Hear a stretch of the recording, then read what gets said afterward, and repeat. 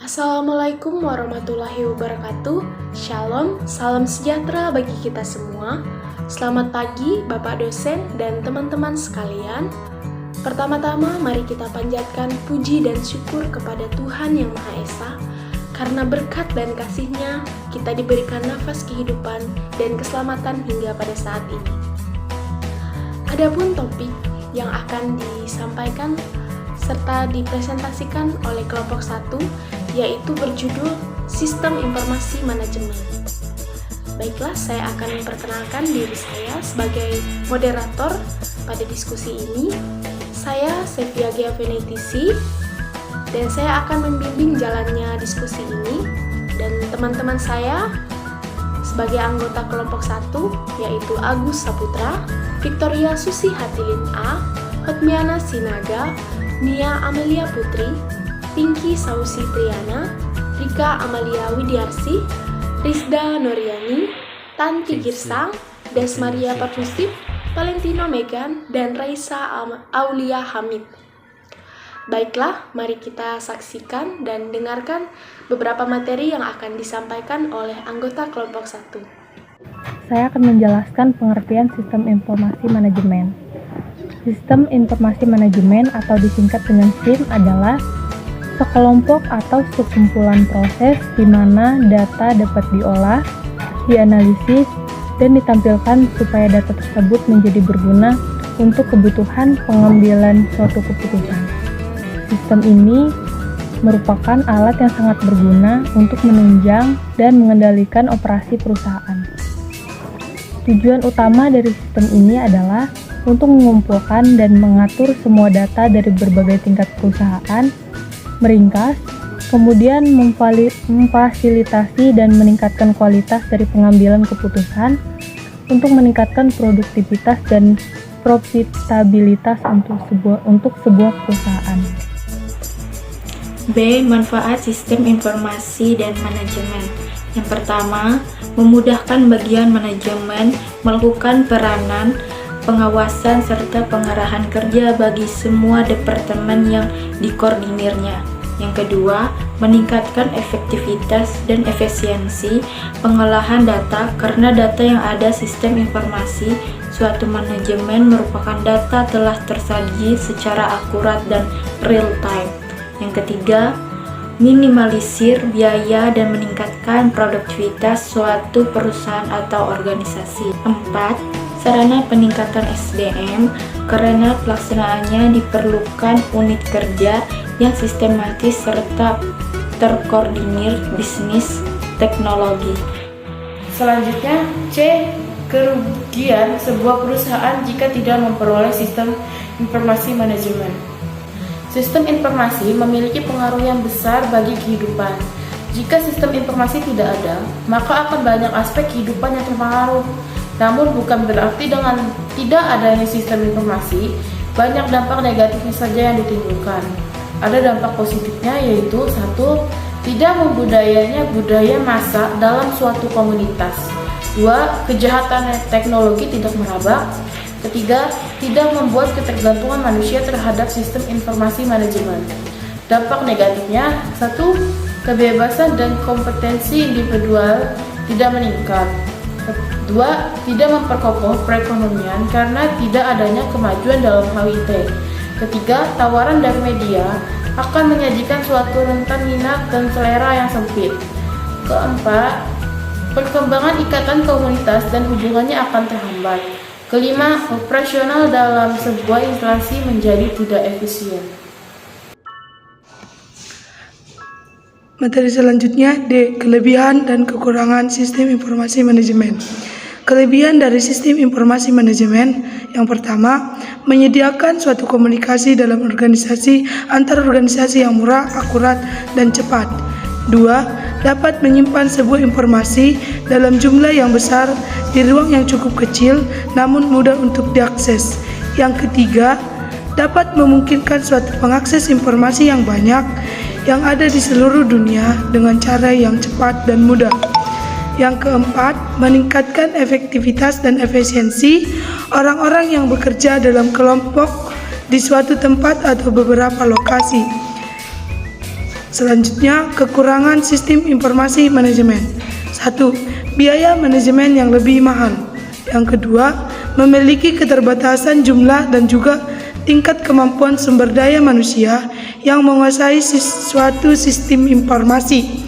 Yang ketiga, perubahan dalam sistem informasi secara cepat sehingga kita belum tentu dapat melakukan adopsi dengan perubahan tersebut. Yang keempat, adanya kekurangan tenaga ahli pada bidang sistem informasi. Yang kelima, adanya indikasi penyalahgunaan sistem informasi yang canggih. Yang keenam, memiliki kekurangan sosialisasi dan sistem informasi. Tahapan sistem informasi manajemen. Secara umum, tahapan sistem informasi sebagai berikut. Yang pertama, survei sistem. Survei sistem adalah penguraian dari suatu sistem informasi yang utuh ke dalam bagian-bagian komponennya dengan maksud untuk identifikasi dan evaluasi permasalahan. Survei sistem terdiri dari A. Identifikasi permasalahan, B. Definisi lingkup kerja, C. Penyusunan proposal. Yang kedua, analisis sistem. Analisis sistem adalah sebuah teknis pemecahan masalah yang mendekomposisi sebuah sistem menjadi komponen-komponen penyusunannya. Yang ketiga, desain sistem. Desain sistem berkonsentrasi bagaimana sistem dibangun untuk memenuhi kebutuhan pada fase analisis.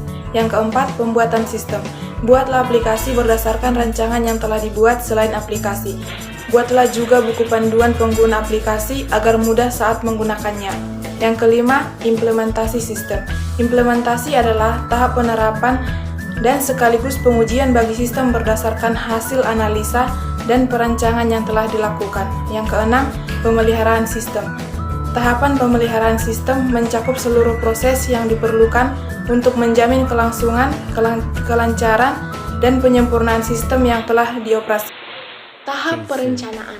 Adapun beberapa bagian dari tahap perencanaan yaitu melakukan penyelidikan terkait dengan sistem yang akan dikembangkan, buatlah rincian secara detail, definisikan kendala yang mungkin muncul, cari solusi permasalahan, membuat tujuan pendekatan sistem, dan menentukan teknologi yang akan digunakan. Materi berikutnya yaitu tahapan analisis sistem yang membuat studi kelayakan terhadap aplikasi yang dikembangkan oleh MC Layout. Menurut MC Layout terdapat 6 studi kelayakan, yaitu yang pertama, kelayakan teknis. Kelayakan teknis ini berhubungan dengan penganalisisan teknologi, proses pengelolaan, investasi peralatan, kebutuhan bahan baku, dan tenaga kerja.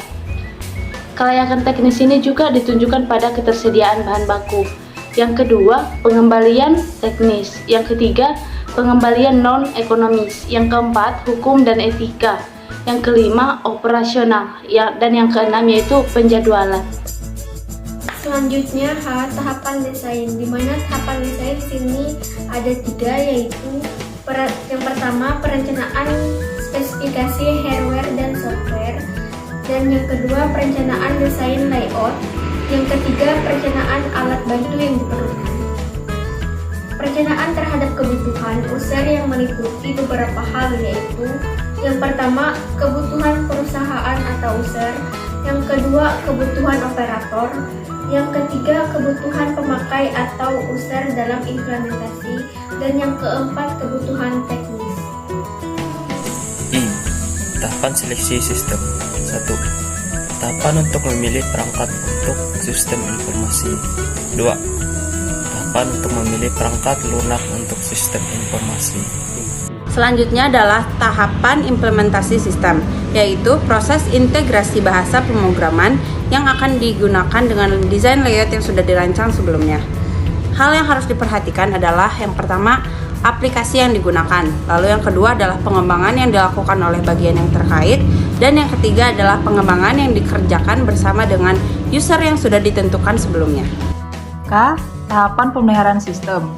Perawatan sistem dapat dilakukan secara terus-menerus selama sistem masih digunakan, meliputi 1. Melakukan backup database secara berkala, 2. Scanning terhadap virus, 3. Melakukan update informasi, 4. Mendelete cookies yang tidak diperlukan.